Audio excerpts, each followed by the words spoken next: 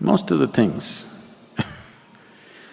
apart from the spiritual process that I did, I never went through any training. I simply went and did it like I know it. And it always worked. To say things that people believe you cannot do. You know, there was a time when I was always on two wheels.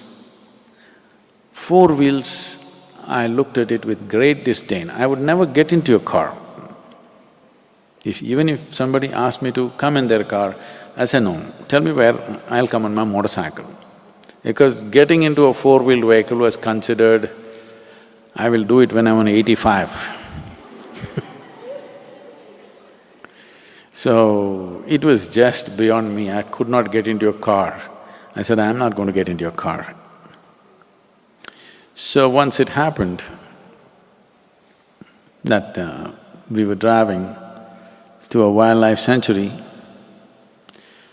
and I was on my motorcycle and this girl was driving this car with another four people. And none of those four people could drive and this girl got very sick and she got terrified because it's a wildlife sanctuary, she cannot drive. Then they don't know what to do. She says, I can't drive, I'm so too tired, I'm not feeling comfortable with all this forest, I cannot drive. And then I said, there was no other way, otherwise we have to wait and turn back. Then I said, okay, and I parked my motorcycle. I said, okay, I'll drive. I had never driven a car till that point. But right from my childhood, whether it's a bus or a car or whatever anybody is driving, I paid attention as to how it happens. I just sat down and drove 90 kilometers on a narrow track, narrow tarmac track to Nagarhole, which was a very narrow track at that time. I drove all the way and I parked the car there. Then I said, this is the first time I drove and never drove. And it's not as bad as I thought.